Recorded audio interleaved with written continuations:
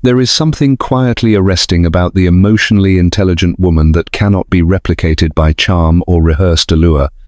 And it's not because she walks into a room commanding attention with a loud voice or a curated look. It's the way she carries herself as though she has nothing to prove and nothing to chase, the way her stillness becomes more compelling than someone else's performance. Before we dive into 9 habits that make an emotionally intelligent woman addictive, make sure to subscribe for more videos like this. She is not interested in being irresistible to the masses because she already belongs to herself, and that belonging has a gravity all its own. Her magnetism doesn't come from need or performance, but from a rare inner clarity that most people are too distracted or fragmented to cultivate. She listens not to reply, but to understand.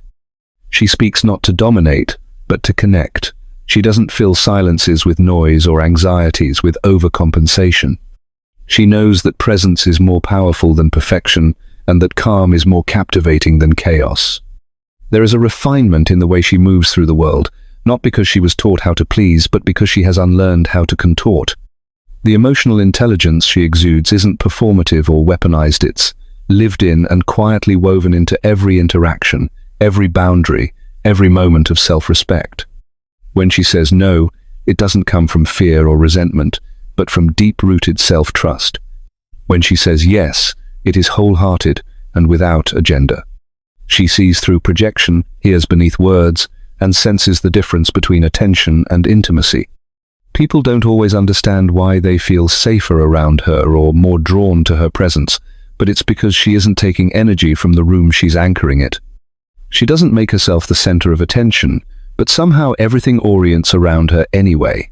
She doesn't seek approval, which is exactly why her approval means more. In a world addicted to performance, her authenticity feels like oxygen.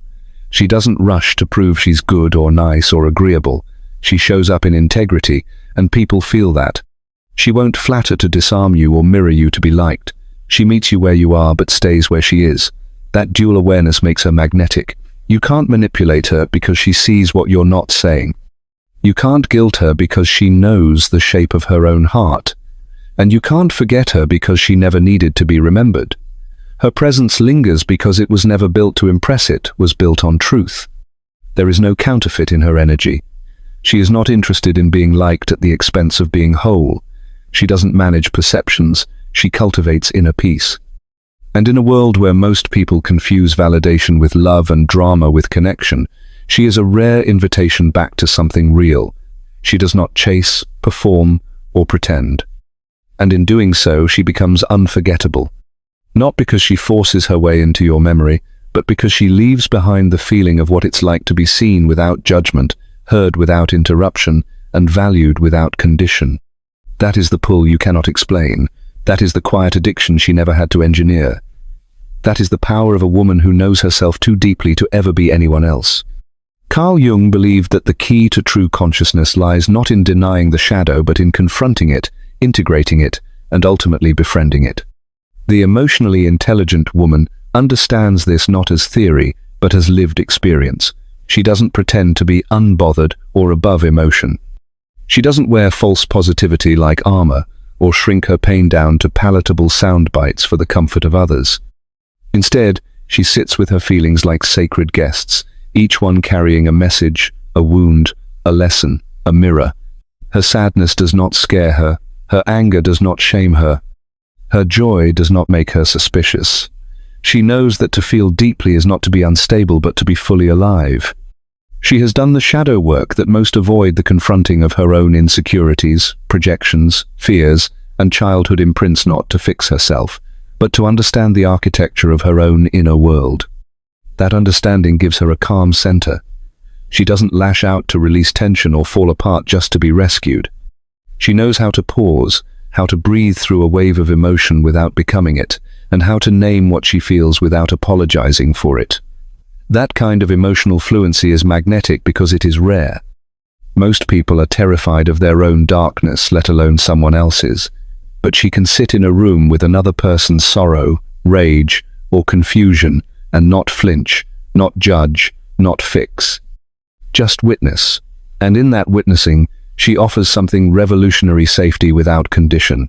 She is not the woman who silences pain with distraction or dismisses complexity with cliches.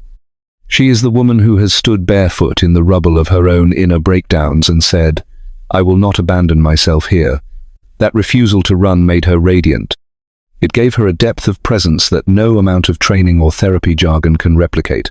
When you speak to her, you feel seen. When you cry near her, you feel held.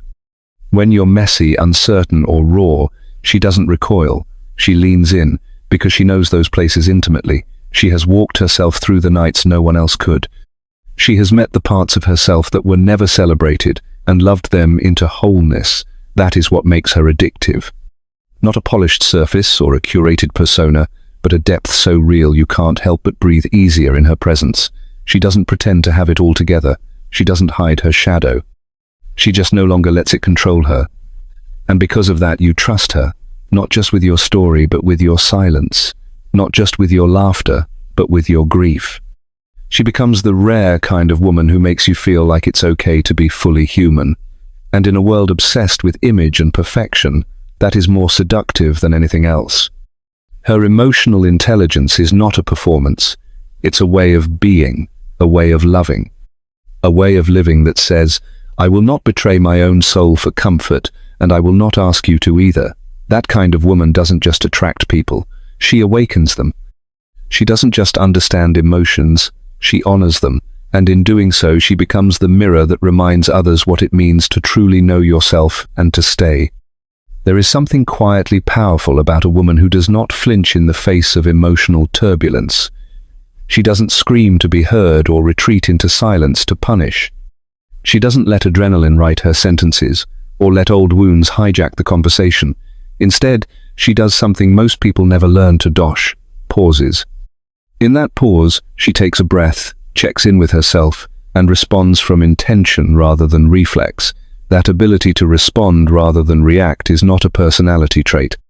It is a discipline, a habit carved through trial and error, through learning that reacting quickly might feel powerful in the moment, but rarely creates clarity. She has practiced holding space for her own discomfort so she can hold space for others without adding to the fire. When someone lashes out at her, she doesn't match their volume. When someone pushes her buttons, she notices which ones still exist, and she asks why. She doesn't pretend she's unaffected. She simply refuses to become emotionally hijacked by someone else's storm. That restraint is not suppression, it is sovereignty. It means she owns herself, even when others try to pull her into performance. She listens deeply, not just to words, but to what is underneath them. She's not looking for a chance to win or be right. She's listening for what's true, even if it's hard to hear. And when she speaks, it lands. Not because it's loud, but because it is rooted. People lean in when she talks, not out of fear or obligation, but because they can feel that her words come from a place of self-respect and emotional clarity. In moments where most people spiral, she grounds. In conversations that usually turn to blame or escape, she invites ownership and nuance. That is addictive. In a world that glorifies drama and knee-jerk reactions, her calm is subversive. It disarms, it soothes, it creates a pocket of peace that people don't even realize they're craving until they've tasted it. She doesn't react to hurt by hurting back. She doesn't interpret silence as rejection or conflict as catastrophe. She allows herself to feel the sting without letting it dictate her next move. That kind of inner mastery doesn't mean she is unfeeling it, means she has learned to sit with her feelings without needing to project them. She has trained herself to respond from her healed self rather than her wounded one, and that is what makes her magnetic, because when you're around her, you feel safe. Not just emotionally, but energetically. You don't have to walk on eggshells, you don't have to play games. You just have to be honest, and that honesty becomes easier in her presence because she models it. She doesn't rush to fill silences.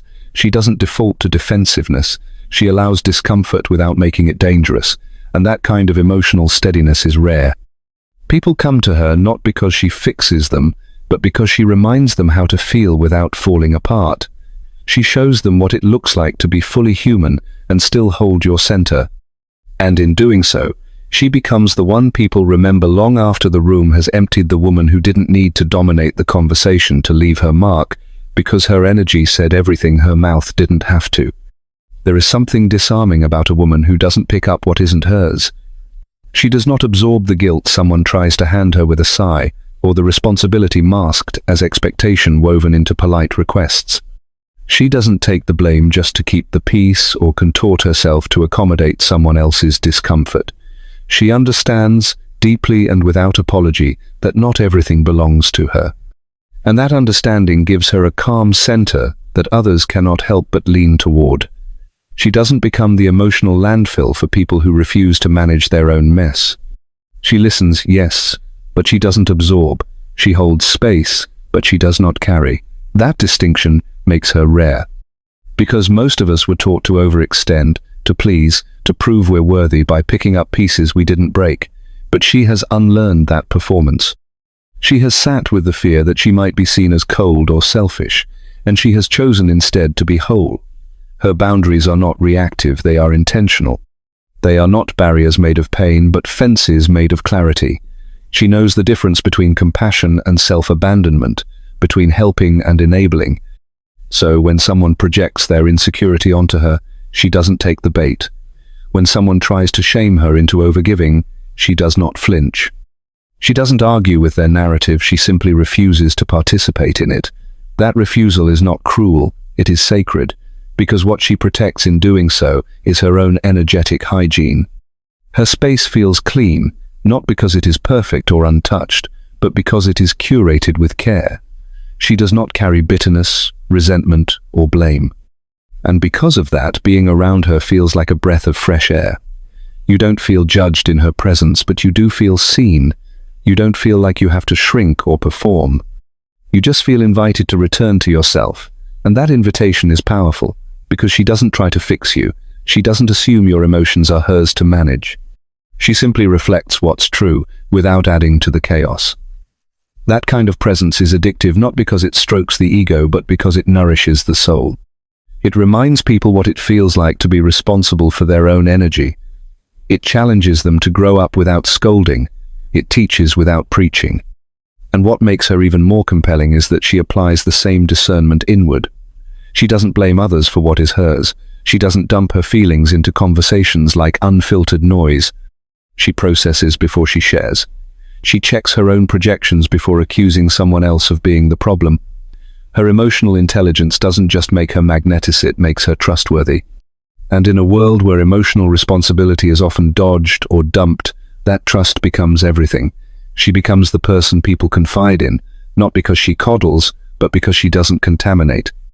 Her wisdom doesn't shout, it radiates, and you feel it in the way she moves through conflict, in the way she honors both her own boundaries and yours. She doesn't try to carry what isn't hers.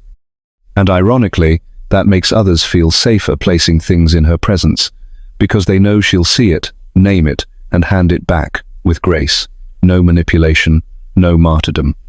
Just a clean mirror, reflecting truth with compassion, and the kind of calm that only comes from knowing what belongs to you and what never did.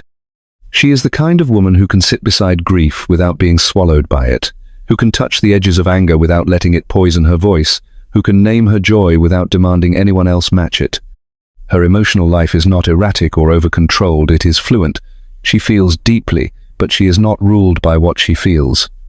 There is a rhythm to her responses, a grounded intelligence behind her expression, like someone who has mapped her own inner weather and no longer panics when storms roll in. She does not avoid sadness, nor does she decorate it to appear more palatable. When sorrow comes, she lets it in without resistance. She closes the door gently, sits with it like an old teacher, and asks what it came to show her. But she does not make it her home. She does not build identity around suffering. She lets it pass through. That is what makes her so magnetic. In a world that either numbs or dramatizes emotion, she embodies something rare: emotional agility. The ability to stay soft without being shattered. To remain open without being emptied. She can celebrate another woman's success without shrinking her own light. She can say no without guilt, yes without obligation, and goodbye without theatrics. She has learned, often the hard way, that feeling everything does not mean holding everything, that clarity and calm are not the absence of emotion, but the art of moving with it rather than against it. So when someone wrongs her, she feels the sting. She does not pretend to be above it. but she also does not become it. She breathes. She speaks with precision, not to wound but to be understood. Her words do not drip with vengeance. They land like truth, and that kind of presence is unforgettable, because you know she is not suppressing or performing, she is processing. She does not ask others to fix her feelings or carry them for her. She brings them into the light, names them, and tends to them like a sacred garden. Her emotions are not messes to clean up. They are signals, guides, inner seasons, and she respects them enough to listen, that listening makes her deeply connected not only to herself, but to others. People feel safe in her presence, not because she promises constant cheerfulness, but because she is not afraid of the dark. She doesn't flinch at discomfort. She doesn't deflect pain with sarcasm or spiritual bypassing. She holds it. She understands that maturity is not about pretending things are fine, it is about knowing what to do when they aren't. And that knowing becomes magnetic, because she is not chaos in a dress, she is not drama dressed as depth, she is someone who can sit still while her heart breaks and still offer kindness. Someone who can cry without drowning, laugh without denying, and love without losing herself. That steadiness draws people in. It makes them trust her not because she is always happy, but because she is always real. She teaches others, without trying, that emotional fluency is not fragility, it is strength.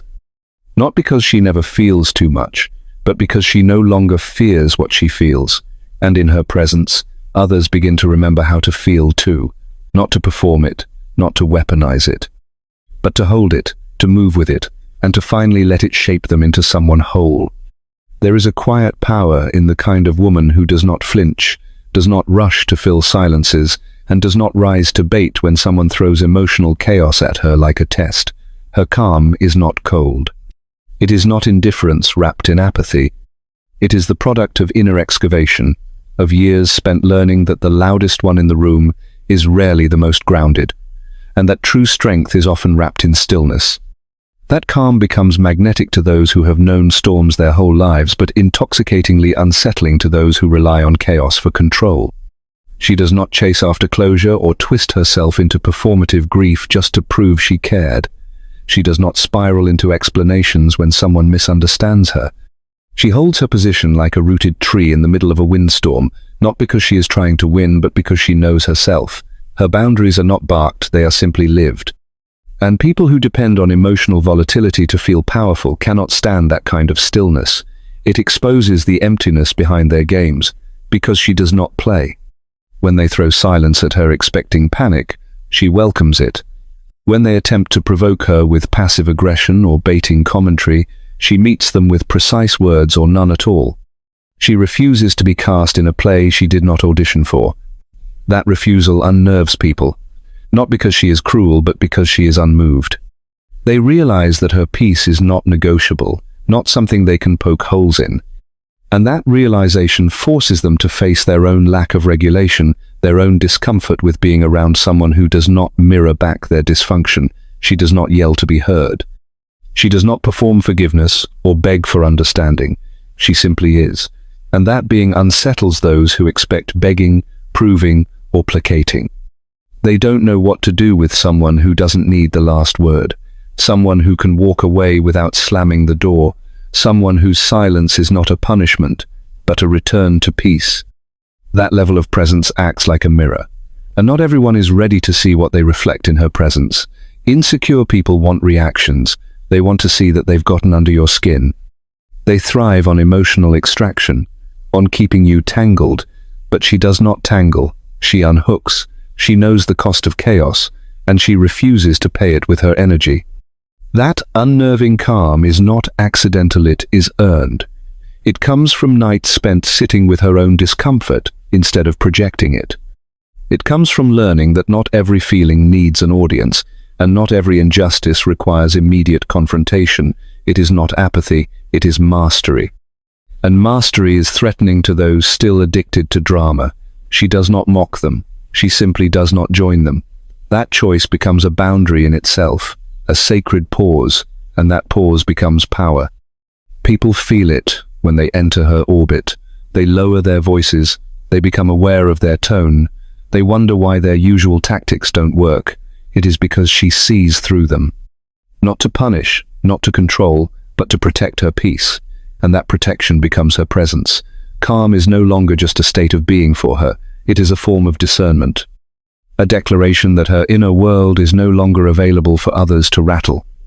That poise is addictive to the regulated and unbearable to the unregulated. Because it says, without needing to say it, that she is not here to react, she is here to remain. She is the kind of woman whose presence feels like exhale, the kind who can sit with someone else's pain without flinching, without rushing to fix it or make it prettier, because she understands that healing is not about solving but about witnessing. People come to her with their chaos, their unraveling, their unspoken ache, and find that she does not get pulled into the storm, they find that she is the ground.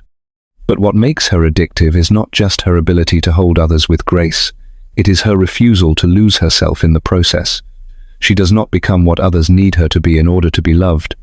She does not contort her truth to soothe someone else's fear. She offers her presence, her steadiness, her sacred listening, but she never hands over her center. There is a calm in her that doesn't collapse when someone else breaks. She has learned, through her own undoing, that love is not rescue, that compassion is not self-abandonment, that boundaries are not unkind. So she stays open without becoming absorbent. She holds space for others without shrinking to make room for them. That is what makes her rare. That is what draws people in. Because in a world where most people either disappear into other people's needs or shut down entirely, she has found a middle place, a place where empathy does not mean depletion, where listening does not mean silence, where being with someone in their darkness does not require her to dim her own light. And it is not because she does not feel deeply, it is because she has learned to feel without fusing. She can say, "I see your pain," without making it her own. She can sit in someone's grief without absorbing the weight of their sorrow into her own lungs. That kind of emotional clarity is magnetic. People feel seen by her in a way that is rare, not because she projects her own experience onto theirs, but because she has made enough room in herself to witness others without losing herself. She does not confuse helping with healing. She knows that to truly support someone is to trust their capacity, not to take away their burden. And because she doesn't rush to fix, people learn to hear their own voice in her presence. They hear themselves more clearly because she is not talking over their process. She is not directing their path. She is simply present, present with kindness, present with clarity, present with her full self still intact. And because she remains herself while holding others, people trust her. Not just with their stories, but with their silence. She does not need to fill the room with advice or platitudes. Her stillness says enough. And because she does not lose herself in the roles of savior or martyr, she does not become resentful. She gives from a place that is full, not performative. She knows where she ends and where another begins. And in a culture that glorifies sacrifice and emotional overfunctioning, that kind of self-rooted empathy feels like a miracle. It feels safe, it feels honest, and that is why people crave her. Not because she promises answers, but because she offers presence without agenda. She listens without needing to be the hero. She stays without needing to be praised. And in doing so, she becomes the rare kind of woman who helps others return to themselves not by leading them, but by never leaving herself. She is not fragmented. She is not a woman at war with herself, nor someone who swings wildly between softness and strength like they are rivals to be balanced on a scale. She is the product of something deeper, something Jung called individuation, not perfection, not performance, but the integration of all parts of the psyche into one coherent self. Her emotional intelligence is not a fluke or a facade, it is a lived result of inner reconciliation. Where others may be ruled by extremes, she has learned to hold the fullness of her nature. She does not reject the masculine energy within her that sets boundaries, claims space, protects time, and speaks with unwavering precision. Nor does she fear the feminine energy that opens, nurtures, receives, and feels with an intensity that would shake most people. She knows both. She embodies both. And because of that, she is whole.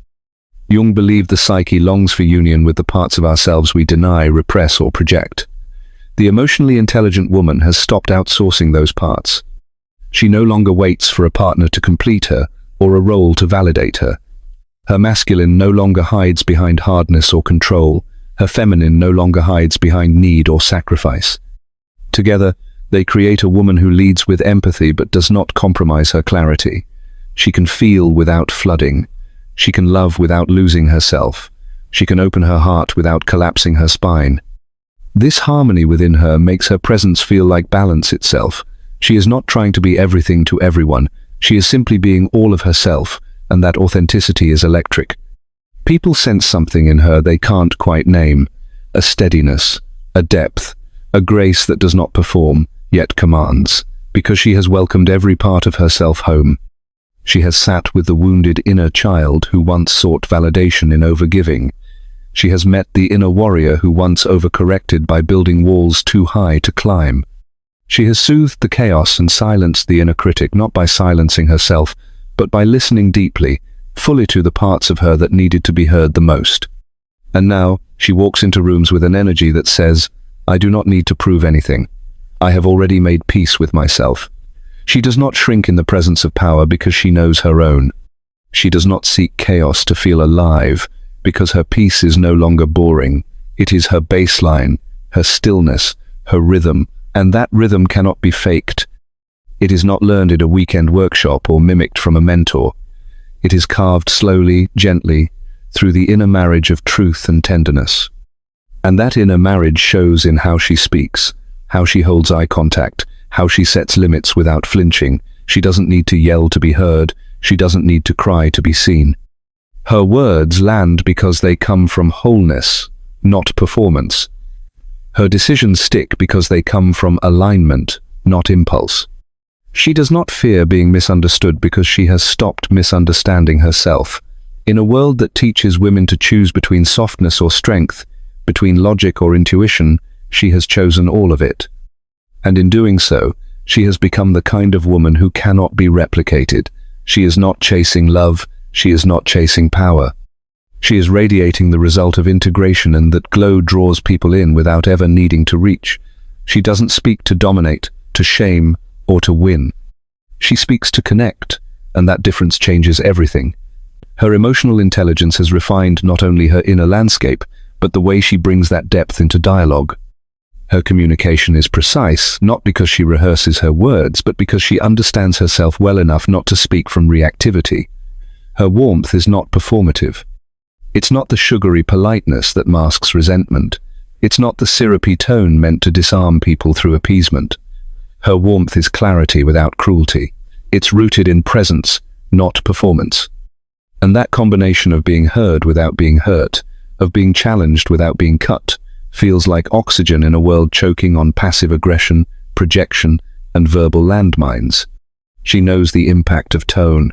She understands how silence, when used as punishment, bruises trust. She knows how words, when sharpened by pain, can wound deeper than action. So she chooses her speech like she chooses her thoughts, with intention, not to manipulate, not to self-protect, but to honor the moment and the people in it. There is no flattery in her voice unless it is earned. There is no edge unless it is necessary. She will say hard things, but she will not say them to feel powerful. She will voice her needs, her limits, her observations, and even her disappointments without theatrics or venom. And because of this, people listen. They lean in. They feel safe not because she coddles, but because she respects the humanity in every interaction. She does not seek to overpower. She seeks to be real. And that authenticity, when paired with her command of language and tone, creates a space where people feel seen instead of managed, respected instead of tolerated. She does not interrupt to control the narrative. She listens fully. She absorbs before she responds. And when she does respond, it is with a calm that slows down chaos. She doesn't raise her voice unless she's raising the energy in a room. She doesn't spiral in blame. She doesn't lace her truth in guilt or shame. And yet she is not passive. She is not a woman who lets things slide until they explode. She addresses issues early. She brings awareness to patterns. She clarifies before assuming. She makes her inner world legible so others don't have to decode her pain. And in doing so, she models a kind of relational safety that is rare and profoundly addictive, because when she speaks, people feel like they can finally breathe. They don't have to perform. They don't have to guess. They don't have to brace themselves for impact. Her presence says, "I will tell you the truth, and I will not burn you with it." And that message lands deep. It softens armor. It melts defensiveness. It invites people to show up as their full selves. But it also sets a standard. She won't stay in conversations built on games, mind reading, or emotional bait. She won't tolerate words that weaponize or silence that wounds. Her presence asks for honesty because she offers it. Her tone asks for care because she gives it. And the people who rise to meet her feel the shift immediately. They walk away from her conversations more grounded, more aware, and often more drawn to her without knowing why. Because she makes truth feel safe. She makes warmth feel steady. And she makes communication feel like a place to land instead of a place to hide. In a world full of noise, she becomes the signal. And that signal is unforgettable. She does not interrogate. She does not corner people with questions disguised as traps or manipulate silence into submission. Her curiosity is pure. It is not driven by a need to control, dominate, or insert herself into someone's process. It is born from presence, not performance. She asks not to gather leverage, but to gather depth. She wants to know the parts of you you've forgotten, the parts others skim over, the places in your voice where memory still lingers. Her emotional intelligence makes her curiosity feel like invitation, not intrusion. She doesn't prod, she doesn't assume. She listens in a way that says, "I'm not here to fix you, I'm here to see you." And that simple shift dismantles defenses without ever asking them to fall. People speak differently around her, not because they're trying to impress her, but because they finally feel safe enough to stop impressing anyone. There is no spotlight in her questions, only light.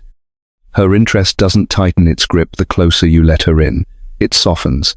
She doesn't cling to details or use vulnerability as currency. She holds your story the way you wish someone had the first time. She holds it without trembling or tightening her own breath. She doesn't flinch at your truth. She doesn't interrupt your timeline, and because of that, you speak. You say the thing you never thought you'd say out loud. You trace a memory you've only ever visited in dreams, and when you finish, she doesn't rush to respond. She lets your words settle in the space. She lets them breathe. Her presence teaches you that revelation is not a performance, that depth doesn't need commentary to be respected, and because she does not rush, you do not retreat. That's the quiet magic of her curiosity. It does not chase, it does not convince, it creates space, and in that space, people remember who they are beneath all the personas. They remember what it feels like to be known without being managed. Her curiosity does not center her. She does not twist your story into a reflection of her own. She doesn't follow up with stories that redirect the spotlight. She asks, and then she honors what comes next. And when it is her turn to share, she does so with the same intention. She offers herself in pieces, not as a test, but as a gesture of trust. She does not overshare to force connection. She shares to reflect it. Her vulnerability is not a tactic, it is a tone, and it matches the one she invites in others. That symmetry becomes magnetic, because when people feel known by her, they feel more known to themselves. Her curiosity becomes a mirror. It reflects not just facts, but emotional undercurrents, quiet patterns, the tone beneath the timeline. She notices what is said and what is not. She asks not just what happened, but how it landed. Not just when, but why it still lingers. She tunes into emotion like a second language and does not need a translation. And in a world where most people listen to respond, her listening becomes a place to rest. It is rare to be asked a question and not feel expected to get it right, but she never asks to catch you off guard. She asks to draw you back to yourself. And once someone has experienced that kind of presence, that kind of being seen without being seized, it is almost impossible to forget. Her curiosity lingers long after the conversation ends. Not because she took anything from you, but because she gave you something you didn't know you were missing, the chance to be known without being edited. And that kind of connection is not just rare, it is addictive. She walks into the room without needing it to collapse around her in applause. She does not perform for recognition, nor does she shrink to make others feel comfortable in their smallness. Her confidence is not a costume she puts on to mask fear. It is not noise, not volume, not dominance mistaken for power. It is stillness, it is breath. It is the kind of knowing that doesn't ask for agreement or applause. Her presence does not demand attention, but it rearranges the room anyway. People notice her not because she takes up space forcefully, but because she belongs in her own skin so fully that others feel the pull of her groundedness. She doesn't need to announce her worth. It is already stitched into the way she listens, into the way she stands, into the way she does not compete for a spotlight she knows is artificial. In a world obsessed with hierarchy, she does not measure herself in comparison to others. She does not see other women as threats, and she does not seek validation through proximity to power. She validates herself. She is not afraid to stand alone, not out of pride, but out of clarity. She does not chase spaces where she must negotiate her dignity. She knows that anything requiring her to shrink is not worth the cost. Her confidence is not sharp. It does not cut or condescend. It is gentle and unshakable, like a mountain that does not move just because the wind howls, and because of that, she becomes a refuge. People who have lived in performance feel something unfamiliar in her presence: safety. There is no game to play, no mask to wear. Her energy gives silent permission to exhale. And in that exhale, people feel both disarmed and awakened. It is not that she makes others feel small, it's that she reminds them of what it feels like to be whole. She does not posture. She does not over-explain. She does not edit her truth to make it palatable. And yet, her delivery is never harsh. Her boundaries are not barbed.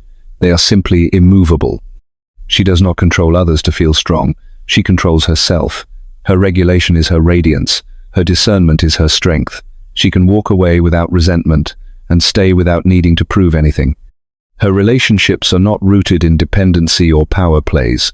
They are rooted in respect, in mutuality, in the quiet understanding that proximity is a privilege and not a possession.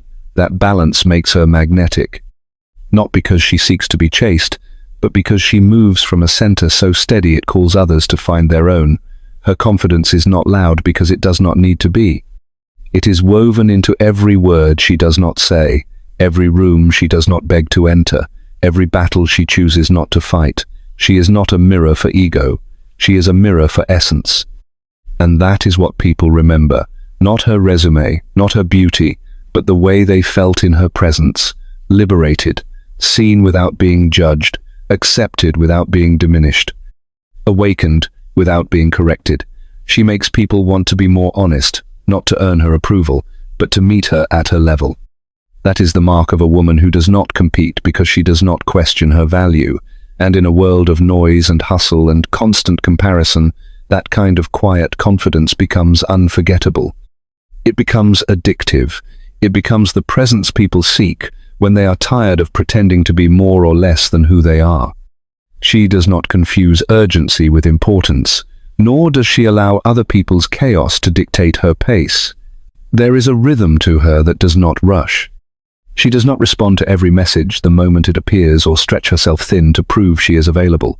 She understands that her energy is a resource, and she protects it with quiet authority. It is not selfishness, it is strategy.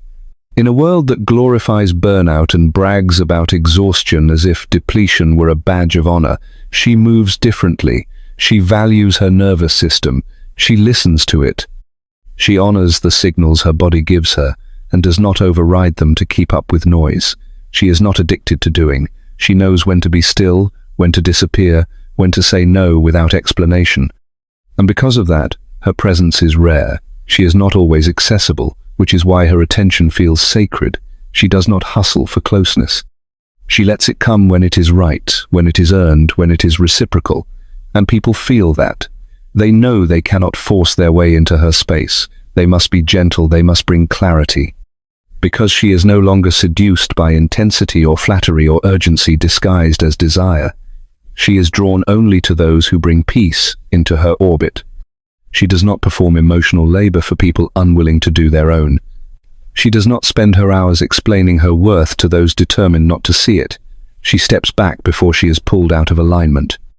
And that discernment makes her mesmerizing. You cannot place her. You cannot predict her. She does not operate on a social script that demands she answer everything immediately, agree to every plan, or absorb every emotion. She can sense when a room is too loud, when a conversation has turned performative, when a friendship has started to drain instead of nourish. She does not stay out of guilt. She does not apologize for retreating. Her solitude is not a punishment or a manipulation. It is a necessity. It is where she repairs. It is where she returns to her center. And it is why she can show up to the world with such clarity and calm. She is not the woman constantly reacting, constantly depleted, constantly on edge. She is grounded because she builds her days around what sustains her instead of what distracts her. Her rituals are sacred. Her mornings are slow when they need to be. Her evenings are hers. She does not fill every gap with noise. She rests when others push. She breathes when others sprint. And because of that, her glow is steady. It is not a flare of charisma followed by collapse. It is the result of intentional living, of choosing presence over pressure. People don't always understand her rhythm. Some call it distant, others call it cold. But the ones who get it, the ones who feel safe in her calm, know it is devotion, not to others, but to herself. She is not controlled by the clock or by social obligation. She is led by a deeper clock, one that ticks in tune with her body, her breath, her boundaries, and that timing becomes magnetic. You do not know when she will return. You do not know when she will say yes. But when she does, it is wholehearted, it is unforced, it is rare.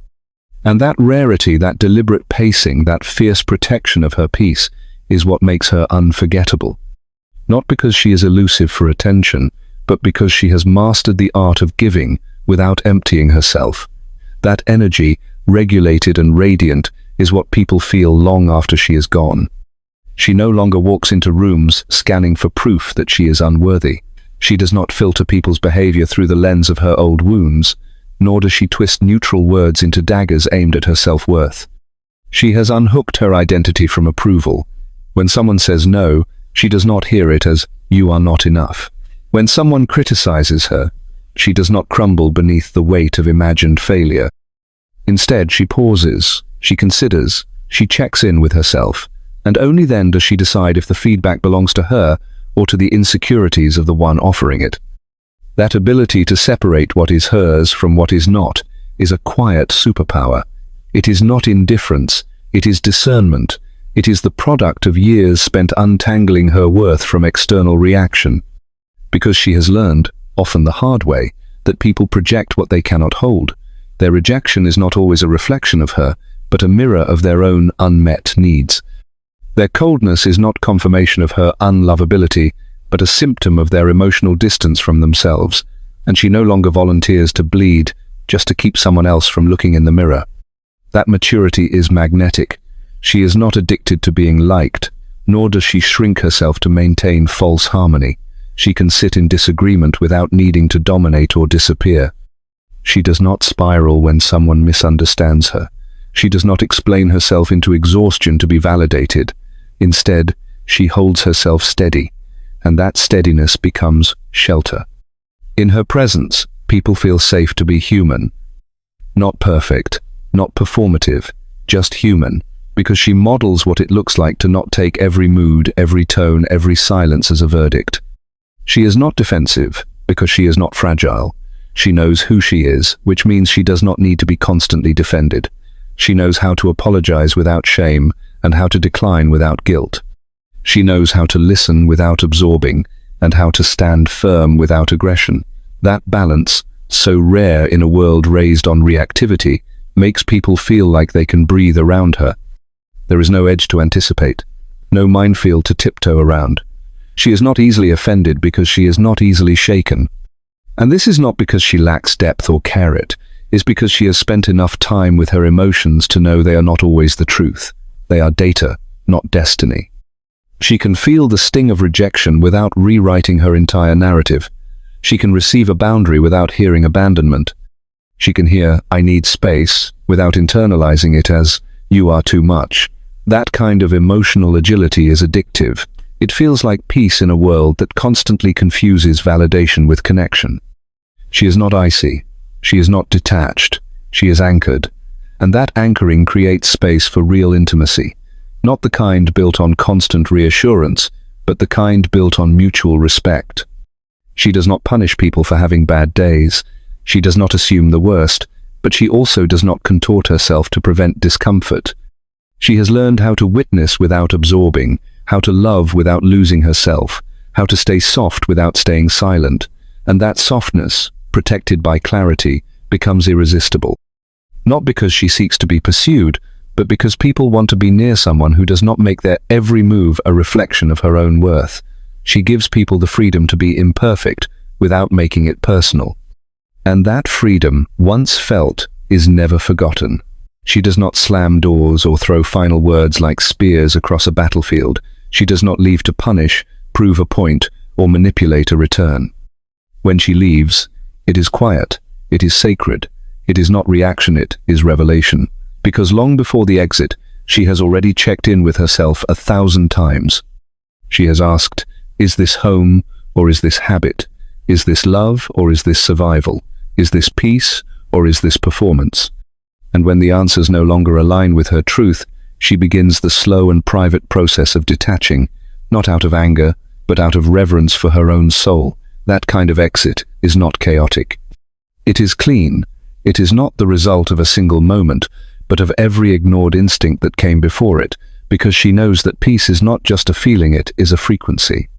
It is the energy her nervous system recognizes as safe, and once she has lived in that frequency, she cannot unfeel it. She cannot make herself stay in a space where she has to brace herself between words, tiptoe around moods, or rehearse her tone before every conversation. Her peace is not negotiable, not anymore. She has given too much of herself to places that only knew how to take. She has poured into cups that had no bottoms. She has stayed too long in rooms that asked her to shrink, and now the cost is too high. She would rather be misunderstood than misaligned. She would rather be alone in truth than surrounded in tension. That choice confuses people who are used to power games, who expect her to beg or barter or bend. But she does none of that. She simply stops showing up to her own erosion. She no longer explains her worth, defends her limits, or waits for people to meet her halfway when they have already shown they won't take a single step. Her absence is not passive, it is purposeful. It says, I love myself enough to go. I respect myself enough to not return. I believe in peace more than I fear loneliness. That energy is magnetic, because most people are terrified to walk away. They stay for appearances, for comfort, for fear of starting over. But she has walked through the fire of endings and emerged gold. She knows what it means to build from the rubble.